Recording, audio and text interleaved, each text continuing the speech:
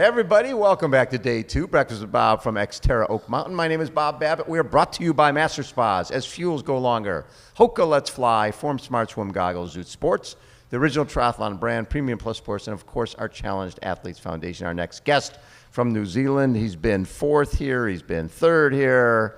Mr. Kieran McPherson joins us. How you doing, Kieran? Not too bad. I am happy to be back in Oak Mountain. So. You like this course? Yeah, I think it's a course for the all-round athlete. You have to be a strong swimmer. You have to be really good technically on the mountain bike, but also strong. And then it's a really fast run as well. So. But not a lot of climbing? Not a lot of climbing compared to traditional Right. XTERRA courses, but still enough to keep the course honest. Exactly. And I keep hearing Blood Rock. What was They've actually, I guess, reconditioned Blood Rock this year, so it's probably one of the easiest it has been in the past. Yes. A lot of water washed down there in 2001 when we raced, so they've come through and changed a few of the lines through there. So, Okay. it's not as scary as it sounds.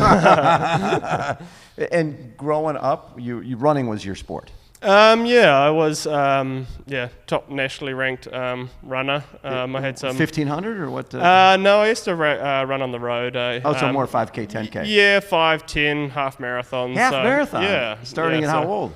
Probably 17, 18. Okay. So not too young. So was the goal back then to potentially like run the marathon circuit, run the half circuit? Yeah, probably marathon and half is what I tend to do a little bit better the longer I go. So sort of half and marathon is what I tend to look at. Although I haven't run a road marathon yet in my life yet. So Really? Yeah, after I switched to triathlon, I kind of went away from the running avenue. So So it sounds like you were running 100 miles a week and then moved into swimming to try to keep yourself a little healthier? Yeah, well, I didn't think my body could handle much more than 100 miles a week. So I went to the local pool and started doing some aqua jogging and attempting to swim lengths of the pool. And at 17, I couldn't swim a length of the You couldn't swim a length of the pool. So I met a local triathlete coach, and he was like, he taught me how to swim, and he was like, "Oh, do you want to enter nationals? It's in 3 or 4 months' time." So I was dead last out of the water there. Had ridden bikes all my life as a child, so knew how to ride a bike, and then ran my way into second and qualified for world champs that year on the road. So. On the road? Yeah. And so the positive is when you came out of the water, it probably wasn't very hard to find your bike. I know it wasn't. You're like, been there it is. last one in transition, but like I said, rode and ran my way back up to second, so I was pretty happy with that. Yeah, and so at that point, do the New Zealand triathlon organization start going, let's take a look at this guy? No, because I was that far back out of the on water. water. They're like, you gotta be able to swim. Yeah, I got to be able to swim. So it took me a couple of years. I ended up winning an age group world title on the road when it was in Auckland. And yes. Yeah, how long ago was that? 2001? No, 2011, 2012 maybe. So it was a while ago. And then I started trying to work towards high performance sport in New Zealand, so they started noticing me a little bit more then. And so, but that was all road. That was all road, yeah. That was all road. So at that point, you're probably thinking Rio? Because London was probably too soon. Yeah, that's 2012. London was too soon, so I was thinking longer term. But Rio or Tokyo, yeah. Yeah, but for Triathlon New Zealand, they only had one selection race back in the day, and I finally had one of my better swims of my life in that selection race, and we ended up coming down in a pile on the bike. Everyone crashed. And, oh, no! And my bike broke. So, that was my last year of racing under 23s for the elite squad. And after that, my coach decided he'd keep me motivated for the off season, and I'd race a couple of XTERRA off-road. So that was my first taste of off-road racing. So we're talking, 2012, 13, something like that? Or even later? I think 2014. Okay. 2014 was my first XTERRA off-road. So and you loved it? Oh, I loved it, yeah. Never ridden a mountain bike on trails No way! In my life. So I think I placed third or fourth at XTERRA Rotorua in my first event, and then went on to race Asia Pacific Champs when it was in Australia. Yes. And then I reached out to one of my US sponsors, Rad Roller, who are based in Denver, Colorado. Yeah. And they invited me over. They gave me a house, they gave me a car, they gave me everything I needed Wow. over here. And I raced a couple of smaller local races Yeah. in Colorado before USA Champs in Utah. And from then I never... Was that in Ogden?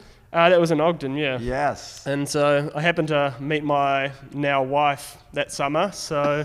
All the good stuff is all happening. the good stuff, yeah. So I invited her back to New Zealand for summer, and then, that following year I dove deep into triathlon. I raced probably 4 or 5 triathlons throughout Asia, XTERRAs throughout Asia, and then, raced probably 7 or 8 in America, South America, so raced all over the show. Oh, I couldn't get enough of it. And so. it's funny that you got on the mountain bike for the first time and you're like, oh my God. So the race, had you ridden the mountain bike leading into the race or not really? No, I had to borrow a mountain bike. Kind of just turned up and didn't really know what to expect. Yeah. And back then, the traditional, the old XTERRA Rotorua course was infamous for being one of the more technical races on the circuit. And I did struggle a little bit on the bike, but I just had a lot of fun. So there's just something pure about coming out to, because every one of these races is just so unique. Yes, it's got its own little character.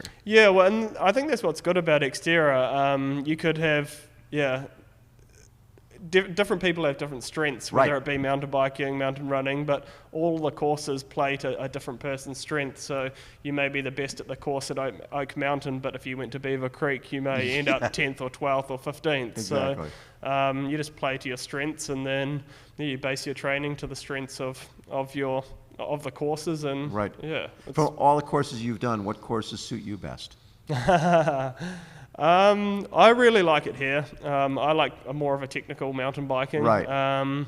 But then, I've been in the depths of the jungle racing in Brazil. Yes. And it's, so fun. It's so fun, but it was probably one of the hardest courses I've ever done. And I like it really hard, but I also like it technical and fun. And so there's highlights of every course that I've ridden. So here, you got the routes, and you got it's a lot of single track, both the run and the bike. And if it's wet, it makes it. Is that better for you? With the wetter conditions, tougher conditions, what do you prefer? I guess you just base your setup on your bike. You base your line choices. You base your race strategy as well based on what you're coming up with. Right. So here you're going to be faced with wet rocks, routes. So you set your bike up accordingly, and luckily enough this year it's not super hot. Right. But so far it's been great. Yeah, it's been not too bad. So I do like racing in the heat, but it's nice to not be overheating as well.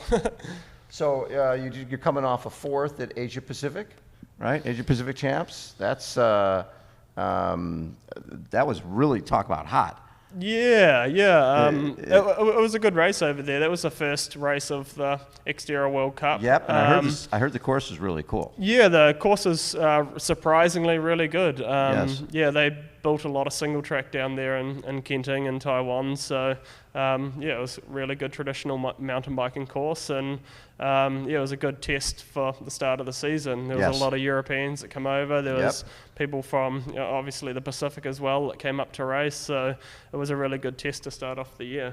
And then 3rd at Rotorua, and then Wellington Festival. They got 2nd there. So you've already got some racing in. The season's just getting going. Yeah, I was just fortunate enough to spend a little bit of time down in New Zealand this summer, so I was able to race my 2 local races as well before. But I think the main focus for me this year had been that XTERRA Asia Pacific, the first half of the season, and then moving on to this race as well. So after this race, I'll probably have a little bit of easier training for a couple of weeks before building up to the second half of the season, which there are World Cups later on in Europe before XTERRA World Champs. So you leave from here and go to Europe and No, I'll base myself in Colorado for Okay. for the summer. Yeah, my wife's from Colorado, so Oh, it's a it's pretty perfect. pretty nice training base there. So where, Boulder or? actually in Fort Collins. So, Okay, yeah, nice. Fort Collins slightly north of Boulder. Yep. Yeah, there's a lot of people that live in Boulder, but I think the training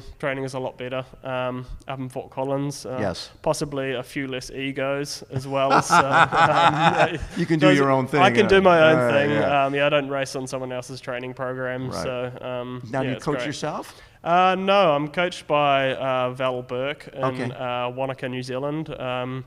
Yeah, she's had a long list of athletes underneath her, Dougal Allen and Braden Curry, Yep. and so there's fantastic athletes from New Zealand. So what do you look at as your best race that you've had so far as an XTERRA athlete? I think all of them are relatively special. My first win in Thailand in 2015 was pretty special. My girlfriend, now wife, was there for that one, so that was pretty special. Your first win as a professional. That probably That's ranks very pretty. cool. That ranks pretty high there. Last race at XTERRA Asia Pacific Champs, Yes. and such a stacked field. I know, getting fourth there is really impressive. That ranked pretty high. I think going into the race, I was not even ranked inside the top 10. So, a lot of people talked about it as a breakthrough performance. So, Yes. yeah. Do you see that? Or do you feel like you did the type of training over the winter where you feel like, okay, I think I'm ready to have a great season? I know that I'm in good form. My coach and I have been working really well together over the last couple of years, and everything's going well in training, but putting it together on race day is a different story. I've got two young kids now. So, Oh, do you really? Yeah. How old are your kids? 2 and 5. So Oh my God. That obviously adds to life stresses. Adds to the fun. Adds to the fun and the life stresses as well. But hey, it's all part of the journey, and I'm enjoying it all. Good for you. I'm betting your kids. Now, do your kids travel with you guys? No, unfortunately they're unable to travel with me. They're too young at this point. Yeah, too young. And also it's a pretty big expense to travel, keep them traveling around the world with me. But they're in my base training places, Right. so they'll come over to Colorado with Right. me, and then they went back on holiday in New Zealand to catch up with my family as well. And so you actually will get some sleep while you're. My wife says I'm going away on holiday, but obviously putting a lot of effort into these two races, and I feel like I come back more tired than I did when I left. So, I'm sure you do. Yeah. That's very cool. And so you'll train in Colorado, then go to Europe, and then come back for Ogden and for Beaver Creek. Beaver Creek. I'm Yes, sorry, Beaver yeah. Creek. Yeah. Yeah, so the plan was to do XTERRA Czech Republic, Germany, and Yes. then Beaver Creek. But with Germany and Czech Republic and Beaver Creek being on 3 consecutive Oh my weekends, You gotta and also certainly, also coming back to a really high altitude at Beaver Creek. The planning on this is going to have to be executed perfectly. To have 3 good races in a row. So. Very cool. How, like you said, you had no swimming background, couldn't swim across the pool. Has that been the huge focus for the last number of years? Is just getting your swim to the point where you're not too far back out of the water? Yeah, well, that's kind of, I think the longer course and also XTERRA suited me because I didn't have to be first pack out of the water like I did it with ITU. If you don't make ITU You're front done. pack, then you're done for the day. Yeah. I'm traditionally 1 to 2 minutes down out of the water in that second pack, and You can make that up, especially if there's other guys with you. yeah, so I've traditionally got out of the water in XTERRA Asia Pacific Champ with some of the better mountain bikers like Ruben Ruzafa and Jens Emil, who ride to the front of the race. So you have good people to work with, and I'd rather be chasing than be chased. So Would you? You'd rather, because you have more of a sense of where the people are at. Yeah, you're not thinking about everyone else behind you. You're not thinking, chasing is definitely a lot more fun. So. But when you're chasing here with all that single track, is it hard to get by? People are pretty good. People are pretty good about it. If you've got out of the water a minute behind someone and ridden up to them, They know you're traveling faster, and if you follow behind someone that's faster on the mountain bike, then you go a little bit faster as well. So they don't mind. So they don't mind letting a faster athlete go in front to then hopefully improve follow them the as well. better line because you're obviously riding faster. That's so maybe correct, that helps them. So do you feel there's a camaraderie among the athletes that, hey, you know, even in these courses that are single track, we still are working together? Yeah, like, everyone's obviously looking for the same end result. We all want to be on the top step of the podium, but we're all friends and sort of a family outside of the racing, because a lot of us have families as well. We have to leave our families to come across and race, or bring families with us. So we're all in it really together, and like there's a lot of camaraderie out there. So. What's tough when you're from New Zealand or Australia, you can't go to a place, you can't come to the U.S. for the weekend. You can't go to Europe for the weekend. No. It's a big commitment. Years ago, talking with Craig Alexander and Chris McCormick, and I was like, hey, when we came to the States, you're leaving your family for months at a time. It's really hard. Like, fortunately enough, I only leave for 2 or 3 weeks at a time. That's good. So I tend to base myself in one place and then travel away to races. From there. To come away and to race and then come back again. So it would be nice if I could bring my family with me, but the cost of airline tickets at the moment are pretty rough. So exactly. And this edition of the World Cup this year and having the short track racing, you like all of that? Oh yeah, like I like to test myself against the best athletes in the world, and I think the World Cup brings that. Yes.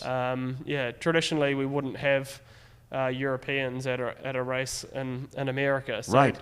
For the top Europeans to come over and race against us on our home turf is fantastic. It's good for the sport as well. Yes. So. I love it. Our home turf. I actually you become an American. Yeah, I'm a permanent resident of America. So that's right. Yeah, so I said to Trey at XTERRA Beaver Creek last year, I said, "Oh, does that mean I can win American champs? Because technically I'm part American as well." But he just laughs it off. So. That's funny. Yeah. Well, Kieran, it's such a pleasure to spend time with you. Yeah, thank you. Congratulations on everything you're doing, and best of luck this weekend. Thank you very much. I appreciate your time. Kieran McPherson has been our guest, everybody. Again, day 2, Breakfast with Bob, a beautiful XTERRA Oak Mountain. Hold on. We will be right